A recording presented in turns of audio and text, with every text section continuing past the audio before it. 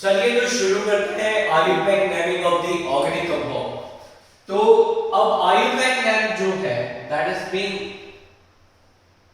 Very important for us, क्योंकि IUPAC naming से कभी भी आपको क्वेश्चन मिल सकता है। So you should be always ready for this.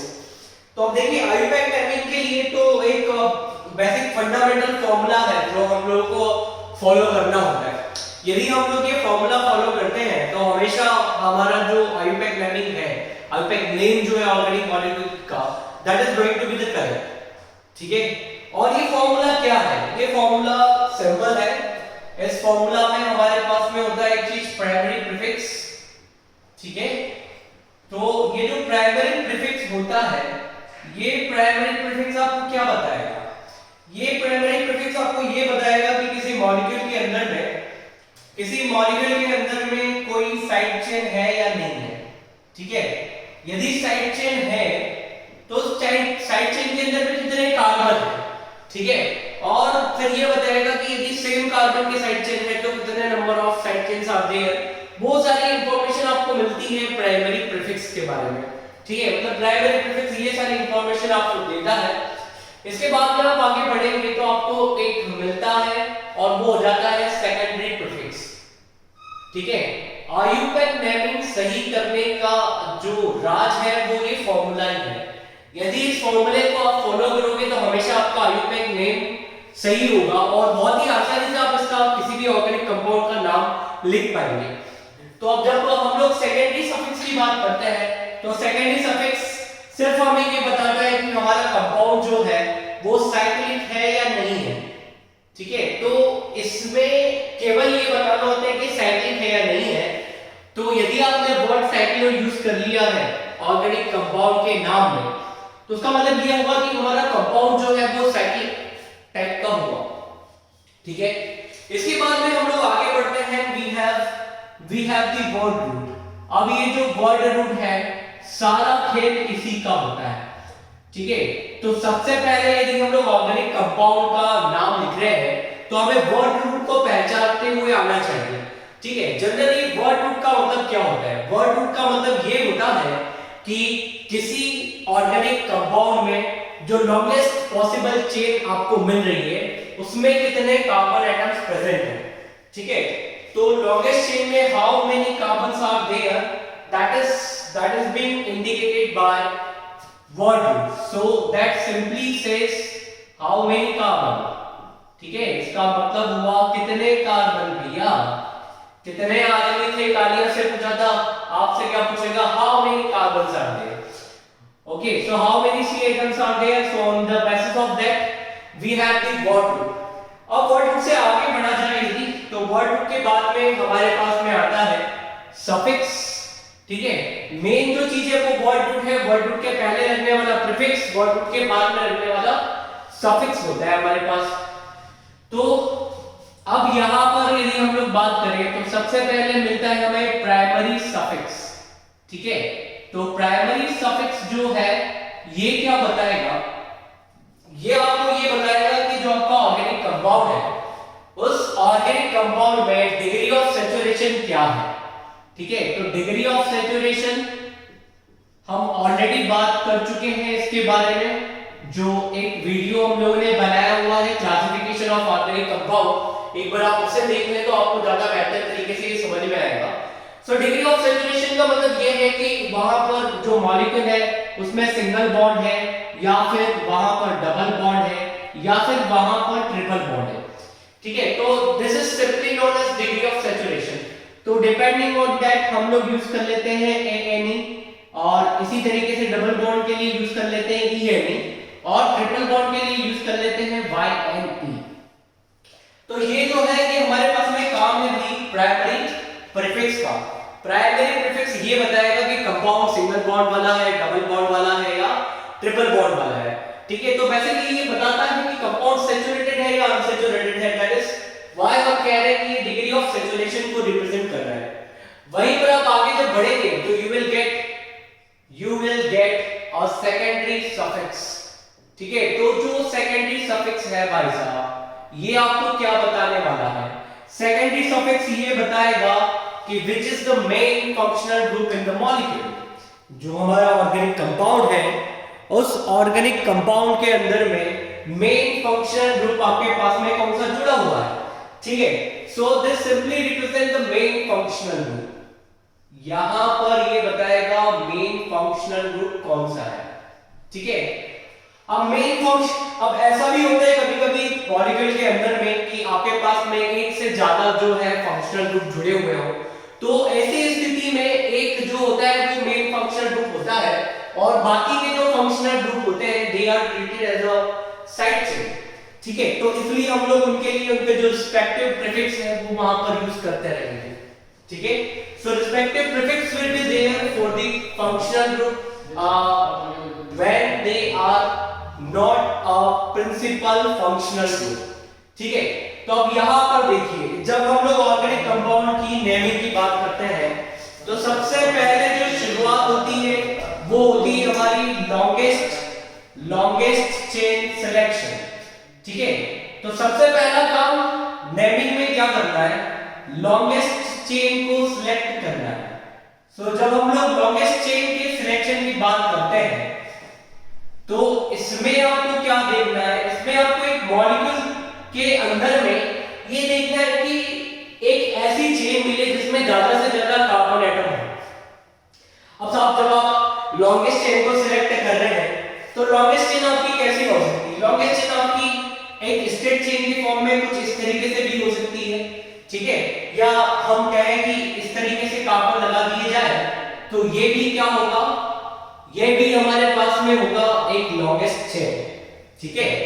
और क्या तरीका हो सकता है लॉन्गेस्ट चेन को रिप्रेजेंट करने का, ऐसा भी हो सकता है कि यहां पर ये चेन आपके पास में जो बनी हुई है, ये जो चेन आपके पास में बनी हुई थी, इस चेन के अंदर में कुछ और जोड़ दिया जाए।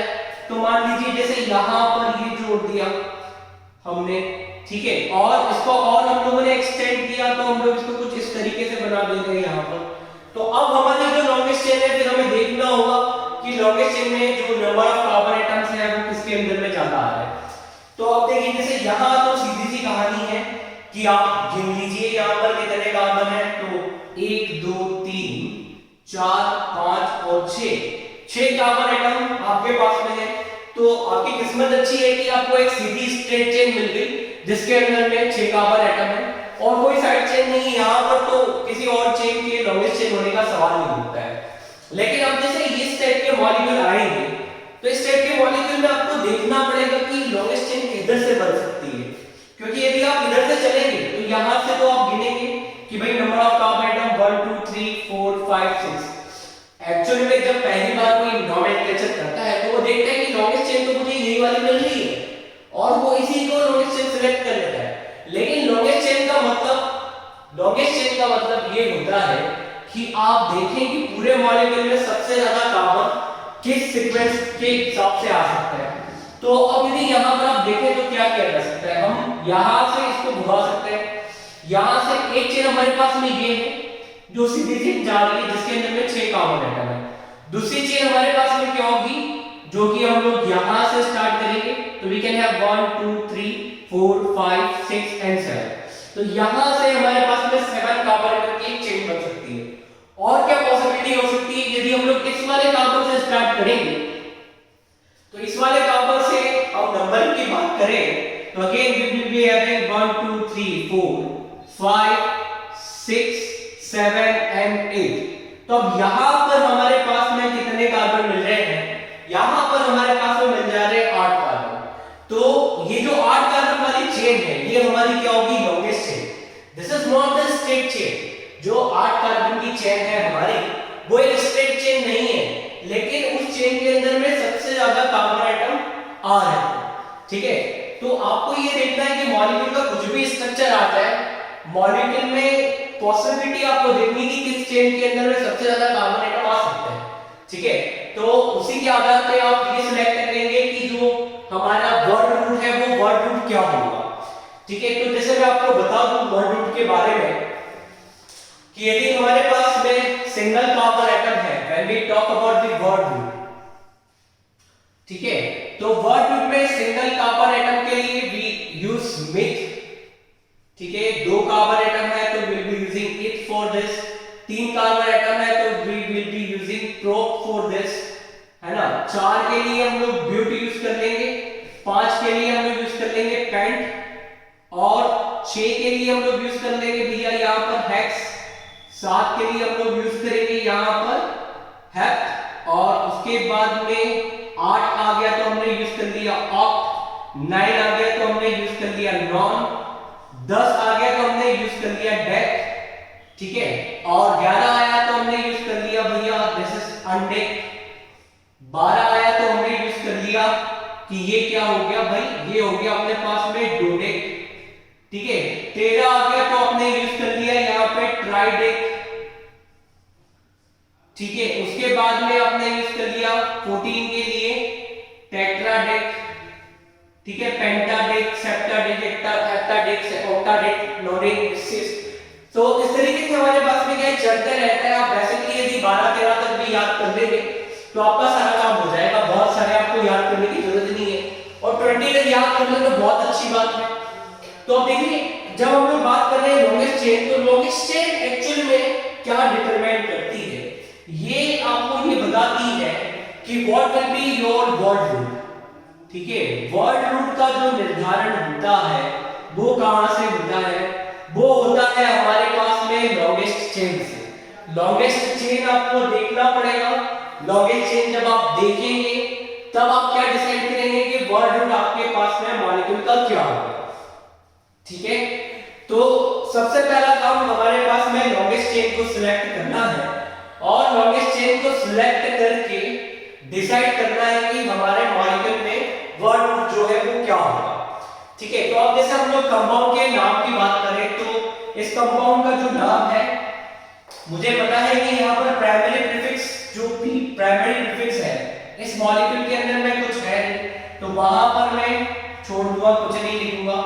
प्लस यदि मैं आगे बढ़ता हूं तो when we have the secondary prefix, तो क्या ये हमारा कंपाउंड साइक्लिक है, नहीं दिख रहा है सब साइक्लिक, तो इसको भी आप क्या करेंगे, छोड़ देंगे। उसके बाद में आप कहां पर आएंगे, वर्ड रूट पे। तो वर्ड रूट में यदि देखें हम तो कितने कार्बन है, बताओ जल कितने कार्बन है इसके अंदर, 6 कार्बन है, ठीक है। तो 6 कार्बन है तो for 6 carbon we will be using hex, ठीक है। So hex will be there for the 6 carbon atom, और फिर आप देख रहे हैं सारे कार्बन के बीच में सिंगल बॉन्ड है, तो अगेन वर्ड रूट मेरा हो गया। Now I will be coming to the primary suffix, और प्राइमरी सफिक्स में सिंगल बॉन्ड के लिए हम क्या यूज कर रहे हैं, we are using ANE for this, तो इसका नाम क्या हो गया, इसका नाम हो गया हमारे पास में हेक्सेन, ऑलराइट। और जो सेकेंडरी सफिक्स है, तो सेकेंडरी सफिक्स में हमारे पास में कुछ है नहीं, तो क्रॉस लगा दो भैया, बाद में घंटा इसका नाम जोड़ दो आप, तो this will B hexane, that will be the name of this molecule. वैसे यदि हम आगे बढ़ते हैं और आगे बढ़ के इस मॉलिक्यूल का नाम लिखना चाहें, तो इस मॉलिक्यूल में हमें पता है कि वर्ड रूट कितने, लॉन्गेस्ट चेन में कितने कार्बन है, लॉन्गेस्ट चेन क्या बता रही है आपको, वर्ड रूट के बारे में बता रही है, कितने कार्बन है, तो सब 8 कार्बन है। 8 कार्बन के लिए हम क्या यूज कर रहे हैं, तो अभी हमने देखा कि 8 कार्बन के लिए वी आर हैविंग ऑक्ट, तो यहां पर लिख देंगे हम लोग ऑक्ट, ठीक है। सबसे पहले आप वर्ड रूट को आइडेंटिफाई कर लो, वहां पर लिख लो वर्ड रूट आपके पास में क्या है, सो ऑक्ट इज देयर, मैंने यहां पे लिख लिया ऑक्ट। अब मैं चला प्रीफिक्स की तरफ, तो सबसे पहले मैंने देखा कि सेकेंडरी प्रीफिक्स, क्या मेरा कंपाउंड साइक्लिक है, तो साहब मेरा कंपाउंड तो स्ट्रेट चेन वाला है, देयर इज नो साइक्लिक, तो मैंने यहां पर इसको छोड़ दिया। अब मैं आया प्राइमरी प्रीफिक्स पे, तो प्राइमरी प्रीफिक्स में मैं देखूंगा कि मेरे पास में कोई सब्स्टिट्यूएंट है क्या, मेरा जो वर्ड रूट है, वर्ड रूट से जुड़ा हुआ कोई सब्स्टिट्यूएंट है क्या, और है तो कौन सा है, उसमें कितने कार्बन है, ठीक है, और कितने कार्बन के साथ साथ हम देखेंगे कि सब्स्टिट्यूएंट का कितना नंबर है, वो भी हम यहां पर लिखेंगे, इसमें प्राइमरी प्रीफिक्स के अंदर में। तो अब देखिए यहां पर जो मेन चेन है, मेन चेन को तो हम लोग कवर कर ले पहले, ये हमारी हो गई यहां पर मेन चेन, ठीक है। अब इस मेन चेन के अलावा जो कुछ भी है, इस मेन चेन से जो कुछ भी जुड़ा है, वो हमारे पास में क्या है, वो हमारे पास में है भैया साइड चेन। तो अब यहां पर यदि आप देखेंगे तो साइड चेन में एक हमारे पास में ये वाली मिल जाती है, और दूसरी साइड चेन हमें ये वाली मिल जाती है। अगर अब साइड चेन में भी आप देखिए तो कितने कार्बन है, इसमें एक और दो कार्बन यहाँ पे, इसमें भी एक और दो कार्बन फिर से हमारे पास में आ जाए। तो अगेन साइड चेन है and that side chain to have the two carbon atoms, ठीक है। तो अब साइड चेन के नेमिंग का भी हमारे पास में तरीका है, और वो तरीका क्या है, नॉर्मली यदि साइड चेन फॉलो करती है CnH2n + 1 वाले फॉर्मूले को, तो हम कहेंगे कि ये जो साइड चेन है this will be known as ALK + YN, ठीक है। मतलब इसको हम लोग क्या बोलेंगे, this will be called alkyl, ठीक है। तो अब जैसे यहां पर हम देखें तो इसमें जो कार्बन है ये क्या है, ये हमारे पास में CH3CH2 है, तो दो हमारे पास में कार्बन के एटम है, N की वैल्यू हमारे पास में कितनी हो जाएगी 2, उसका डबल किया तो कितना हो गया 4, +1 किया तो हमारे पास में क्या हो गया अल्काइल। सो अब ये हमारे पास में अल्काइल है। अब अल्काइल में ये जो ALK है, ये ALK अगेन क्या बता रहा है, ये ALK अगेन ये बता रहा है कि how many carbons are there. ALK क्या बताएगा भैया, हाउ मेनी कार्बन्स, ठीक है, कितने कार्बन है, ये कौन बताएगा, ये तो बताएगा ALK। और YL जो है जनरल हमारा कंप्लीशन है, तो that will be always there, ठीक है। तो हाउ मेनी कार्बन, तो जैसे मैं यहां पर देख पा रहा हूं कि मेरे पास में जो नंबर ऑफ कार्बन है 2 है, इस चेन में भी 2 है और इस चेन में भी 2 है, तो दैट मींस कि जो मेरा प्राइमरी प्रीफिक्स रहेगा, प्राइमरी प्रीफिक्स क्या होगा, प्राइमरी प्रीफिक्स होगा मेरे पास में eth + YL, so there will be ethyl, ठीक है ना। अब इथाइल कितना है भाई, 2 है, 2 बार इथाइल आ रहा है, तो मैं उसके लिए क्या यूज करूंगा, उसके लिए मैं वर्ड यूज करूंगा di, so I am having diethyl. अब समझदारी वाली बात यह है कि जब आप डाइइथाइल यहां पर लिख रहे हैं तो आप बताएं इसकी पोजीशन, क्योंकि आपके पास तो 8 कार्बन है, अब 8 कार्बन में ये डाइइथाइल कहां पर है, इसकी पोजीशन भी बतानी होती है, तो आप वहां पे पोजीशन लिख दीजिए कि भाई पहले वाला जो है वो 4th पे है और दूसरे वाला जो है वो 5th पे है, ठीक है। तो प्राइमरी प्रीफिक्स इस तरीके से हमारा क्या हो गया 4,5 डाइइथाइल, ठीक है। This 4,5 diethyl is your primary prefix. Secondary prefix में कुछ नहीं है तो मैंने डैश लगा दिया, वर्ड रूट में मेरे पास में ऑक्ट है तो मैंने वहां पे रख दिया। अब मेरा क्या हो गया, मेरे पास में प्राइमरी प्रीफिक्स वाला काम पूरा हो गया, वर्ड रूट वाला काम पूरा हो गया। Now I will come to the suffix. अब जब मैं सफिक्स पे आता हूं तो मैं देखता हूं डिग्री ऑफ सैचुरेशन क्या है, हर कार्बन के बीच में क्या है, यहां पर सिंगल बॉन्ड है, तो हर कार्बन के बीच में सिंगल बॉन्ड है, तो आप यहां पर जोड़ दीजिए भाई, यहां पर क्या जोड़ दिया जी आप ANE जोड़ दीजिए, ठीक है। तो ये हमारे पास में क्या हो गया, ये हमारे पास में डिग्री ऑफ सैचुरेशन हो गया। और उसके बाद में यदि आप आगे बढ़ते हो तो आगे बढ़ने पे आपको क्या मिलेगा, आगे बढ़ने पे आपको मिलने वाला है सेकेंडरी सफिक्स। तो क्या यहां पर कोई फंक्शनल ग्रुप है, भाई कोई फंक्शनल ग्रुप नहीं है, तो फिर से इसे जोड़ दीजिए। अब बाद में क्या करना है, बस इसे जोड़ देना है, इस पूरे नाम को जोड़ के लिख देना है।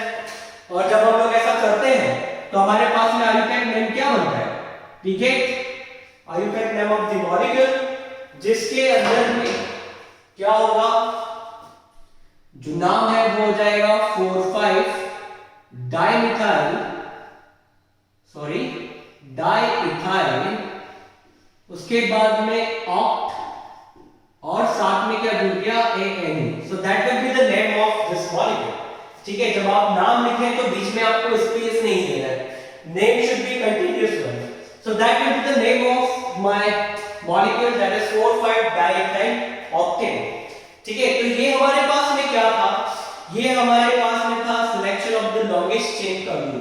लॉन्गेस्ट चेन जो है वो आप कैसे सिलेक्ट करेंगे, और कॉम्प्लिकेटेड लॉन्गेस्ट चेन हम लोग बना सकते हैं, एक और एग्जांपल इसका कर लेते हैं हम लोग सॉल्व। तो जैसे यहां पर हम क्या करें, हम लोग एक इस तरीके की चेन बना लेते हैं,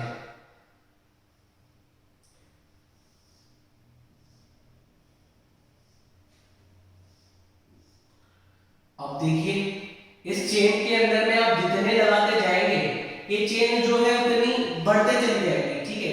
कॉम्प्लिकेशन से मतलब मेरा ये है कि आपको सिलेक्शन करने में मुश्किल आएगी कि भाई कौन सी जो है वो लॉन्गेस्ट चेन पॉसिबल यहाँ पर हो सकती है।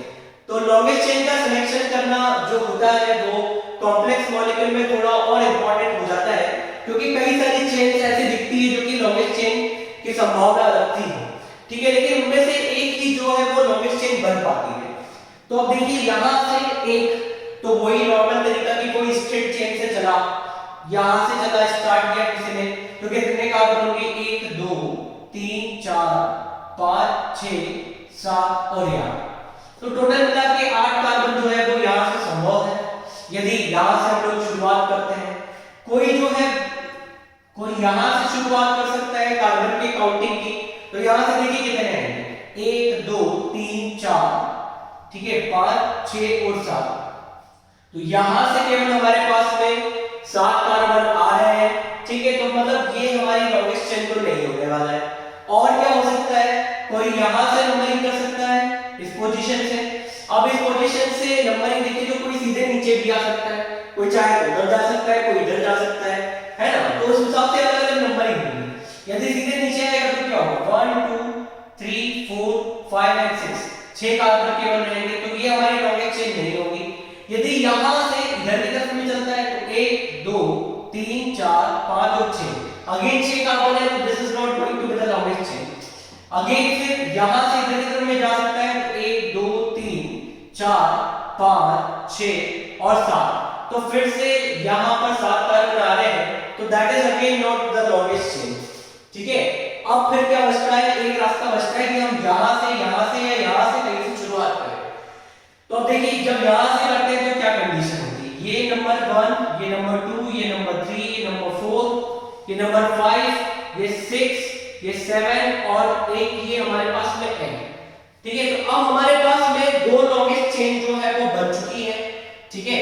एक जो है हमारी स्ट्रेट चेन है जिसमें हम लोग यहीं से चल रहे हैं, और एक हमारे पास में ये वाली चेन है, ठीक है, जो हमने नीचे से मार्क करी हुई है।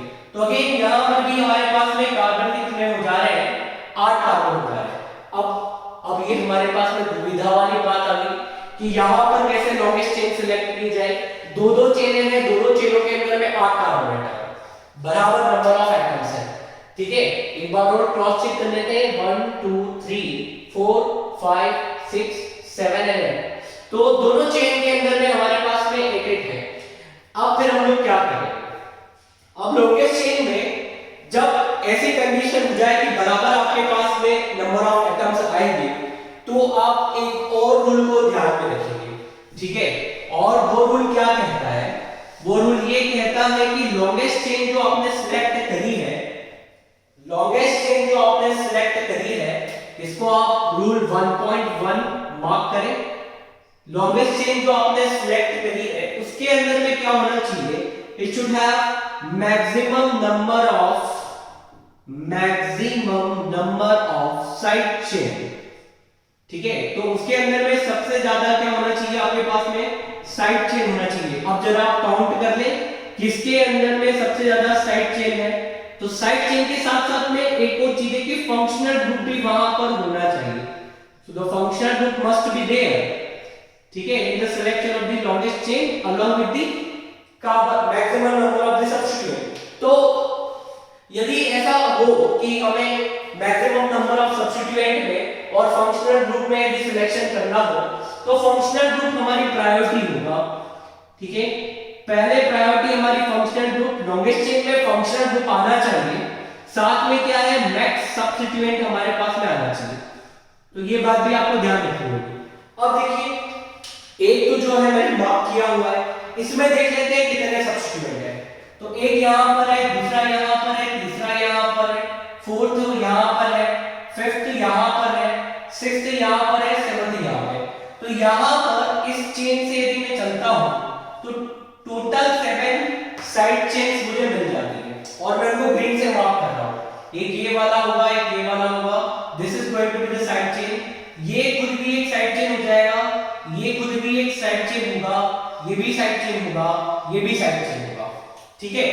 लेकिन यदि हम लोग क्या करें, हम लोग इस तरीके से चलें, ठीक है, तो अब देखिए हमारे पास में साइड चेन में क्या क्या आ रहा है, तो एक हमारे पास में ये वाला आएगा साइड चेन, दूसरा ये वाला आ जाएगा, तीसरा ये खुद भी साइड चेन के अंदर में आएगा, फोर्थ ये पूरा जो है हमारे पास में साइड चेन के अंदर में आ जाएगा, और फिफ्थ हमारे पास में ये साइड चेन के अंदर में आ जाएगा। तो अब ये बात क्लियर है कि जब हम लोग इधर से शुरुआत करते हैं तो we get only 5 side chains. ठीक है, तो लॉन्गेस्ट चेन में what is the rule says कि लॉन्गेस्ट चेन में जब ऐसी कंडीशन हो जाए कि एक से ज्यादा बराबर एटम वाली चेन मिले तो आप किसके साथ में जाएंगे, उस चेन के साथ में जिसमें ज्यादा से ज्यादा सब्स्टिट्यूएंट हो और साथ ही साथ क्या हो, आपके पास में वहां पर फंक्शनल ग्रुप भी हो। तो दैट मींस कि जो मैंने यहां पे नंबर मार्क किए हैं 1 2 3 4 5 6 7 8, ये वाली जो चेन है आपकी ये लॉन्गेस्ट चेन हो जाएगी। ठीक है, तो let me dark it with this. तो ये हमारे पास में बन जाती है हमारी लॉन्गेस्ट चेन। ठीक है, हमेशा लॉन्गेस्ट चेन के सिलेक्शन में ध्यान रखना है कि सब्स्टिट्यूएंट मैक्सिमम होने चाहिए और साथ में हमारा फंक्शनल ग्रुप भी वहां पर होना चाहिए, तभी वो हमारी लॉन्गेस्ट चेन होगी। ठीक है, so that's it from the rule number 1, जो कि क्या है, selection of the longest chain.